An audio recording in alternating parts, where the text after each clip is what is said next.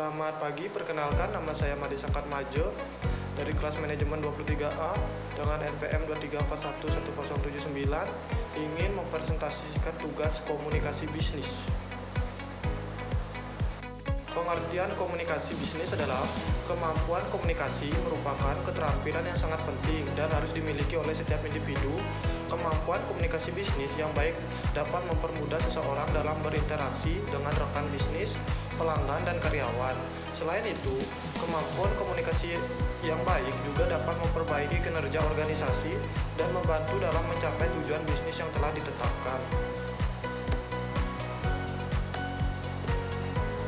Pengertian komunikasi bisnis dapat diartikan sebagai proses pengiriman dan penerimaan pesan antara individu atau kelompok dalam lingkungan bisnis.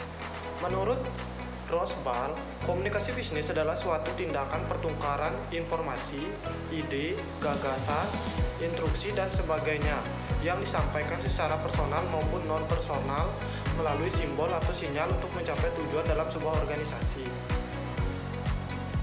Tujuan dari komunikasi bisnis adalah untuk menjalin hubungan kerja yang baik dan juga meningkatkan produktivitas dalam lingkungan kerja.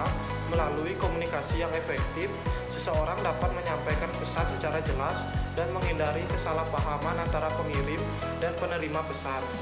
Tujuan lain dari komunikasi bisnis adalah untuk memotivasi karyawan dan membangun kepercayaan antara rekan bisnis. Jenis-jenis komunikasi bisnis yang pertama adalah komunikasi horizontal. Komunikasi horizontal adalah jenis komunikasi antara orang yang memiliki posisi atau level yang sama di dalam perusahaan. Jenis komunikasi ini terjadi antara dua manajer departemen yang berbeda atau antara dua karyawan yang bekerja di departemen yang sama. Komunikasi horizontal dapat membantu memfasilitasi koordinasi dan kolaborasi antara departemen atau tim. Yang kedua adalah komunikasi vertikal. Komunikasi vertikal adalah jenis komunikasi antara orang yang memiliki posisi atau level yang berbeda di dalam perusahaan, seperti antara karyawan dan manajer. Jenis komunikasi ini dapat membantu karyawan memperoleh umpan balik dan mendapatkan arahan dari manajer. Sementara, manajer dapat memantau dan mengawasi kinerja karyawan.